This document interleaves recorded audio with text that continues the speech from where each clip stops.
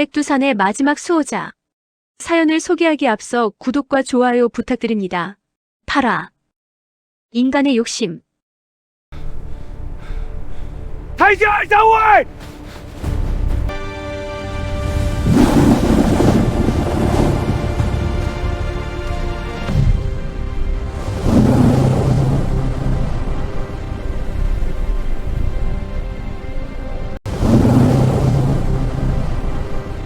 나무꾼은 마을로 돌아가자마자 본 것을 이야기했습니다. 분명히 봤어요. 덤불 속에서 뭔가가 나를 노려보고 있었어요. 뭘 봤는데? 눈이요. 얼음처럼 차가운 푸른색. 아주 큰 눈. 사람들은 수군거렸습니다. 백호다. 백두산의 백호가 아직 살아있어. 김노인 근처에서 봤다고. 혹시 김노인이 그 백호를 기르는 건 아닐까? 소문은 들불처럼 번졌습니다. 마을에서 마을로, 장터에서 장터로. 그리고 그 소문은 결국 사냥꾼들의 귀에 들어갔습니다. 장터 뒤편 허름한 주막. 5명의 사냥꾼이 모여 앉았습니다. 백호의 가죽이 얼마에 팔릴 것 같소? 덩치가 큰 사냥꾼이 물었습니다. 그의 이름은 박무쇠. 힘이 세기로 유명했습니다. 적어도 쌀백가마는 받을 거요. 날카로운 눈을 가진 사냥꾼이 대답했습니다. 김쇠돌. 명사수였습니다. 쌀백가마면 평생 놀고 먹을 수 있겠군. 젊은 사냥꾼이 눈을 반짝였습니다. 이철수. 28배 혈기왕성한 청년이었습니다. 문제는 어떻게 잡느냐는 거요. 나이든 사냥꾼이 심각하게 말했습니다. 최덕배. 이 지역에서 가장 경험이 많은 포수였습니다. 지난번에도 시도했잖소. 암컷 한 마리를 쐈는데 놓쳤어요. 마지막 사냥꾼이 쓴웃음을 지었습니다. 정만식. 그는 지난번 암컷 호랑이를 쏜 장본인이었습니다. 이번엔 다르오. 박무쇠가 주먹으로 탁자를 쳤습니다. 이번엔 우리가 5이나 되고 게다가 백호가 어디 있는지도 알아. 김노인 근처에 있다고 했잖소. 김노인. 최덕배가 인상을 찌푸렸습니다. 그 노인은 건드리지 맙시다. 평생을 산에서 산 사람이요. 우리가 함부로 대하면 안 돼요. 하지만 그 노인이 백호를 숨기고 있다면? 이철수가 반문했습니다. 그럼 우리가 어떻게 해요? 노인한테 허락을 받고 잡자고 할 건가요? 그건 최덕배가 말을 잇지 못했습니다.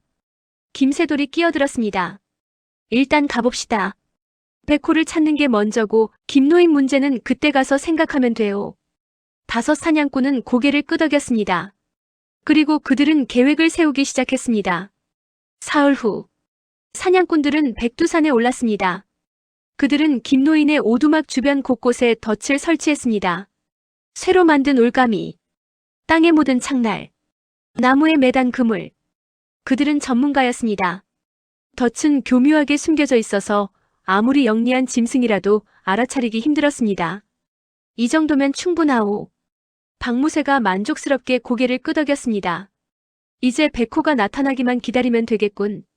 어디서 기다릴 건가요? 이철수가 물었습니다. 저기. 장만식이 언덕 위를 가리켰습니다. 저곳에서 보면 오두막과 주변이 한눈에 보여요. 우리는 저기 숨어서 백호가 덫에 걸리기를 기다립시다. 사냥꾼들은 언덕 위로 올라가 눈 속에 몸을 숨겼습니다. 그리고 기다렸습니다. 같은 시각. 하라범은 오두막에서 나무를 깎고 있었습니다. 대장과 달림은 오두막 뒤편에서 쉬고 있었고 눈은 하라범 옆에서 꾸벅꾸벅 졸고 있었습니다. 평화로운 오후였습니다. 그런데 대장이 갑자기 일어났습니다. 귀를 쫑긋 세우고 코를 킁킁거렸습니다. 낮은 으르렁거림.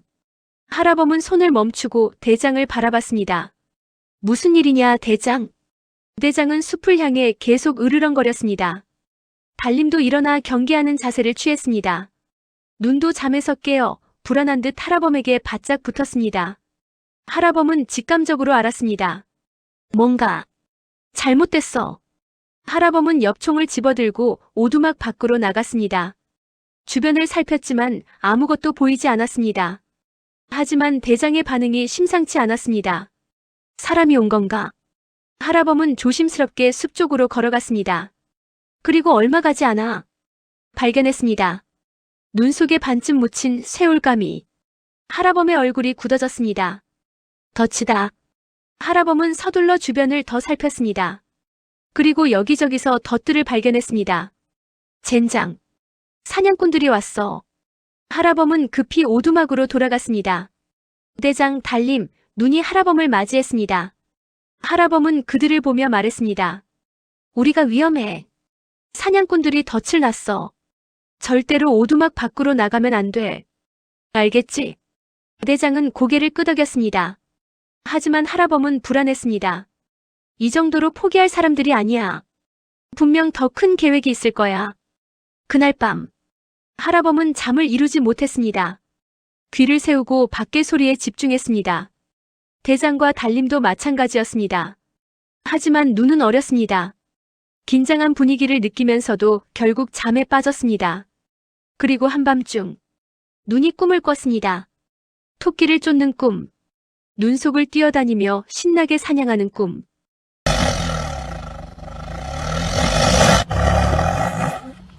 눈은 잠결에 다리를 파닥거렸습니다. 그러다 눈을 떴습니다. 주변을 둘러봤습니다. 할아범은 문 근처에 앉아 졸고 있었고 대장과 달림은 화롯불 옆에서 잠들어 있었습니다. 눈은 목이 말랐습니다. 오두막 밖에 물 웅덩이가 있다는 것을 기억했습니다. 잠깐만 다녀오면 되겠지. 눈은 조용히 일어났습니다.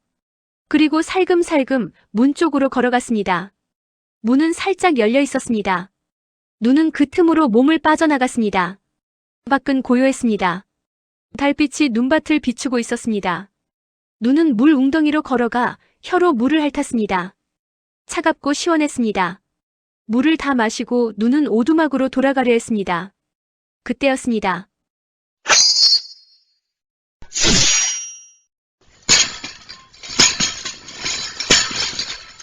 발밑에서 쇠가 부딪히는 소리. 눈은 놀라 뛰어올랐습니다. 하지만 늦었습니다. 뒷다리에 쇠올가미가 채워졌습니다.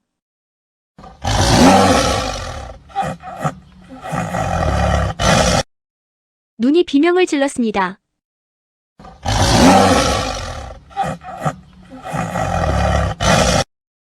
눈의 비명소리에 오두막 안에 모두가 깨어났습니다. 할아범은 벌떡 일어나 밖을 내다봤습니다. 그리고 눈이 덫에 걸린 모습을 보았습니다. 눈. 할아범은 엽총을 집어들고 밖으로 뛰쳐나갔습니다.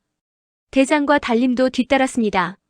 눈은 필사적으로 발버둥 쳤지만 쇠올가미는 더욱 조여들었습니다.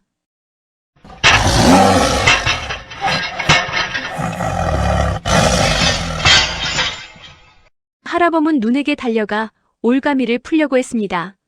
하지만 쇠로 만들어진 올가미는 단단했습니다. 젠장. 도구가 필요해. 할아범은 오두막으로 달려가 쇠톱을 가져왔습니다. 그리고 올가미를 자르기 시작했습니다.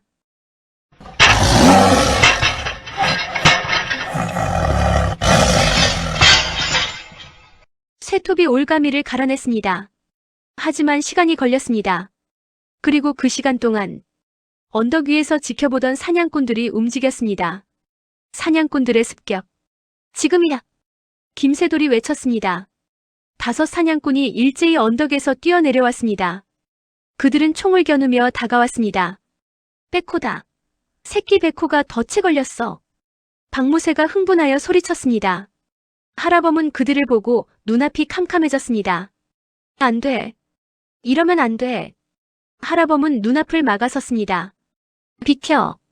장만식이 총을 할아범에게 겨눴습니다. 김노인 비키시오. 우리는 백호를 잡으러 왔소.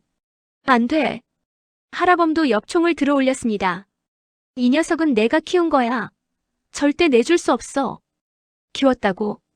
장만식이 비웃었습니다. 노인네가 호랑이를 키워. 웃기는 소리 마시오. 웃기는 소리가 아니야. 할아범의 목소리가 떨렸습니다. 이 녀석은 내 가족이야. 사냥꾼들은 잠시 당황했습니다. 하지만 곧 코웃음을 쳤습니다. 정신이 나갔군. 정만식이 중얼거렸습니다.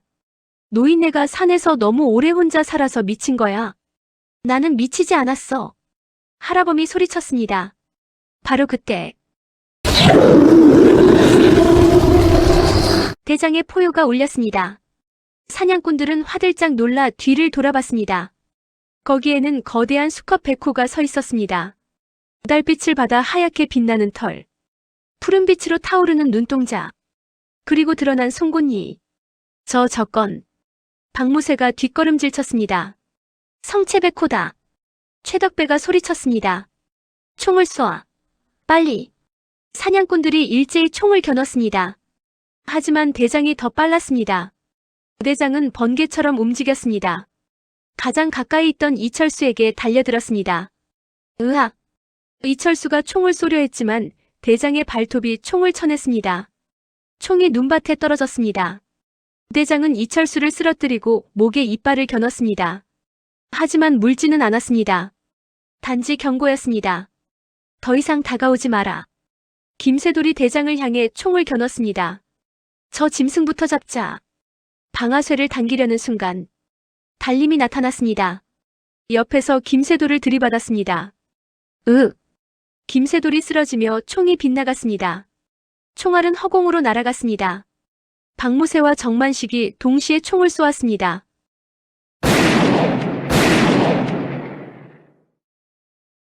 하지만 대장과 달림은 이미 몸을 피한 뒤였습니다.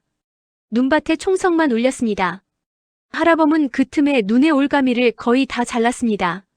조금만 더. 조금만 더.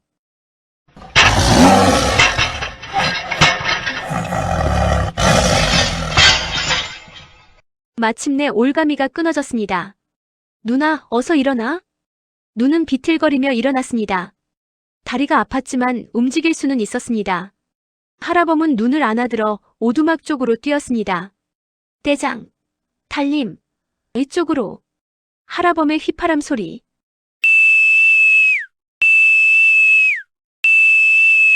대장과 달림이 즉시 반응했습니다. 이철수와 김새돌에게서 물러나 하라범 쪽으로 달려왔습니다. 사냥꾼들이 다시 총을 겨눴습니다. 도망가게 두지 마. 최덕배가 외쳤습니다.